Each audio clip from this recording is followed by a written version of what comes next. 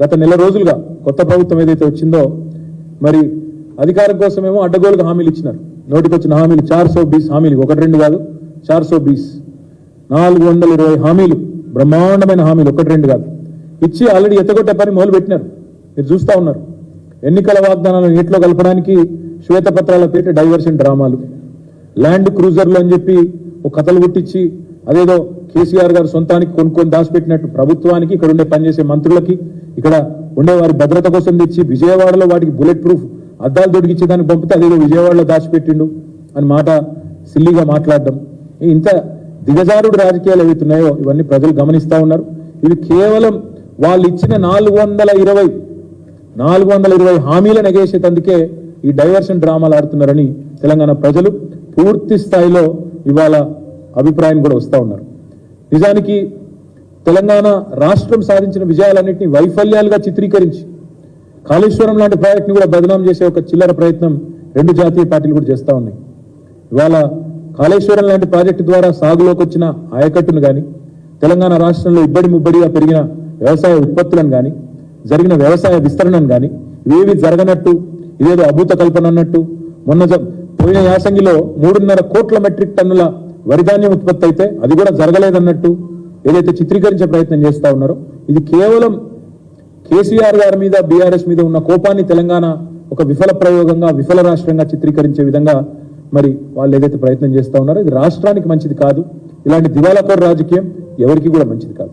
వాస్తవం ఏంటి అంటే ఇవాళ దేశంలో దివాలా తీసిన కాంగ్రెస్ పార్టీ పొరపాటున ఇక్కడ వాళ్ళు ఇచ్చిన హామీలు నమ్మి ప్రజలు అధికారం ఇస్తే రాష్ట్రం దివాలా తీసిందని మాట్లాడుతుంది. దేశంలో దివాలా తీసిన పార్టీకి ఏదో అనుకోకుండా ఇవాళ అవకాశం వస్తే రాష్ట్రమే దివాలా తీసిందని చెప్పి దివాలాకోరు మాటలు మాట్లాడుతూ ఉన్నారు. ఇది మంచిది కాదు. అందుకే తెలంగాణ ప్రజల్ని కోరేది బీఆర్ఎస్ దళం ఉంటేనే, బీఆర్ఎస్ గలం ఉంటేనే తెలంగాణ ప్రయోజనాలు ఢిల్లీలో పరిరక్షించబడతాయి. కాంగ్రెస్ వాళ్ళకి అప్పచెప్తే అక్కడ ఉండే 50-60 మంది ఎంపీల్లో వీళ్ళు కూడా ఒకరో ఇద్దరు పోయి ఆడ కూర్చుంటారు. రాహుల్ గాంధీ సిట్ అంటే సిట్టు, స్టాండ్ అంటే స్టాండ్. వీళ్ళ వల్ల అయ్యేదేమి కాదు. ఏమీ చేయడం చేతగాక ఎదుటివాడి మీద తప్పుని నెట్టి తప్పించుకుందామనే ఒక చిల్లర ఎత్తుగడ తప్ప ఇంకోటేమీ కాదు ఈ కాంగ్రెస్ చేస్తున్న ప్రయత్నాలు. అబద్ధాలు, అసత్యాలు, అర్ధసత్యాలు అన్నిటినీ పోగేసి అప్పులని, తప్పులని, ఆర్థిక స్థితి బాగలేదని, కరెంటు మీద, కాళేశ్వరం మీద పిచ్చి ప్రేలాపనలు వెళ్తా ఉన్నారు. ఏవైతే వెళ్తా ఉన్నారు ఇవన్నీ ప్రజల దృష్టికి కూడా వచ్చినాయి. ప్రజలు ఇవాళ మా కార్యకర్తలు చెప్తా ఉన్నారు, మా నాయకులు చెప్తా ఉన్నారు, సార్ చర్చ జరుగుతోంది, క్షేత్రంలో చర్చ జరుగుతోంది, 500 బోనస్ ఏమైంది అనే చర్చ ప్రారంభమైంది. కేసీఆర్ ఉన్నప్పుడు రైతు బంధు బ్రహ్మాండంగా పడుతుండే, వారం రోజుల లోపలనే పడుతుండే. ఇవాళ అతి లేదు గతి లేదు, ఇంతవరకు రైతు బంధు ఏమైతుందో అడ్రస్ లేదు అనే మాట మాట్లాడుతూ ఉన్నారని చెప్పి మా కార్యకర్తలు, మా నాయకులే చెప్తా ఉన్నారు. కేసీఆర్ ఉన్నప్పుడు ప్రతిరోజు విడుదల చేస్తుండే, ఎంత పడ్డది ఈరోజు రైతు బంధు, ఎన్ని వందల ఎకరాలకు పడ్డది, ఇవాళ ఎన్ని లక్షల మంది రైతులకు పోయింది రైతు బంధు అని చెప్పి వారం రోజుల్లో కంప్లీట్ చేస్తుండే. వీళ్ళు వచ్చిన తర్వాత ఆ ముఖ్యమంత్రి గారు మాట్లాడే మాటలు వింటుంటే ప్రజలు నవ్వుకుంటున్నారు అనే మాట కూడా మా నాయకులు, కార్యకర్తలు చెప్తా ఉన్నారు. ఆయన ఎంత హాస్యాస్పదంగా మొన్న చెప్పినారో ఒక మా నాయకుడు వివరించి చెప్తా ఉండే. డిసెంబర్లో స్టార్ట్ అయ్యి మార్చి దాకా వేస్తుండే రైతు బంధు పోయిన ప్రభుత్వం అని రేవంత్ రెడ్డి చెప్తుంటే రైతులు నవ్వుకుంటున్నారు. ఎందుకంటే 12 సార్లు, ఒకసారి కాదు 2 సార్లు కాదు, 12 సార్లు వారం రోజుల్లోనే 7,000 కోట్లు జమ చేసిన నాయకుడు కేసీఆర్ గారు రైతుల ఖాతాల్లో. అట్లాంటి కేసీఆర్ గారి గురించి చిల్లరమల్లర మాటలు మాట్లాడితే ముఖ్యమంత్రి స్థాయి వ్యక్తి ప్రజలు ఏమనుకుంటారు, రైతులు నవ్వుకుంటారన్న సోయి లేకుండా మాట్లాడితే, ప్రజలకు వాస్తవాలు తెలుసు అన్న విషయాన్ని కూడా విస్మరిస్తే ఎట్లా అని చెప్పి మా నాయకులు, కార్యకర్తలు ఇవాళ ఆదిలాబాద్ నుంచి వచ్చిన వాళ్ళే ఈరోజు చెప్తా ఉన్నారు. సొంత రాష్ట్ర పరపతిని తగ్గించే విధంగా, ఇవాళ పలుకుబడిని పలుచన చేసే విధంగా వితండవాదాలు, వింత వాదనలు, పనికిమాలిన అంశాలు తెర మీదకి తీసుకొచ్చి అదేదో జరిగిపోయింది, తప్పు జరిగినట్టు ల్యాండ్ క్రూజర్లని పనికిమాలిన మాటలు మాట్లాడి ఇవాళ చేయాల్సినవి చేయకుండా తెలంగాణ బ్రాండ్ ఇమేజ్ ని దెబ్బతీసే ప్రయత్నం ఏదైతే కాంగ్రెస్ చేస్తున్నదో దాన్ని బట్టి అర్థం చేసుకోవచ్చు వాళ్ళ రాజకీయ ఆలోచన ఎంత వికృతమైందో.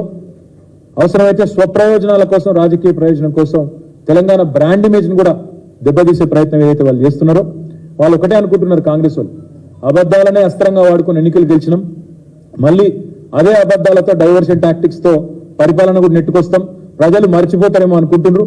మేము మాత్రం మర్చిపోనీయం ప్రజలను. 100 రోజులు అన్నారు, మీరు 100 రోజుల్లో చేయకపోతే మిమ్మల్ని బొందబెట్టేది ఖాయమైన దిశగా తప్పకుండా ప్రజలను ఉద్రిక్తులు చేస్తాం. కౌంట్ డౌన్ ప్రారంభమైంది, 30 రోజులు అయిపోయింది, 70 రోజులు మిగిలింది. తప్పకుండా ఈ విషయంలో ప్రజల్ని తప్పకుండా చైతన్యవంతుల్ని చేస్తాం.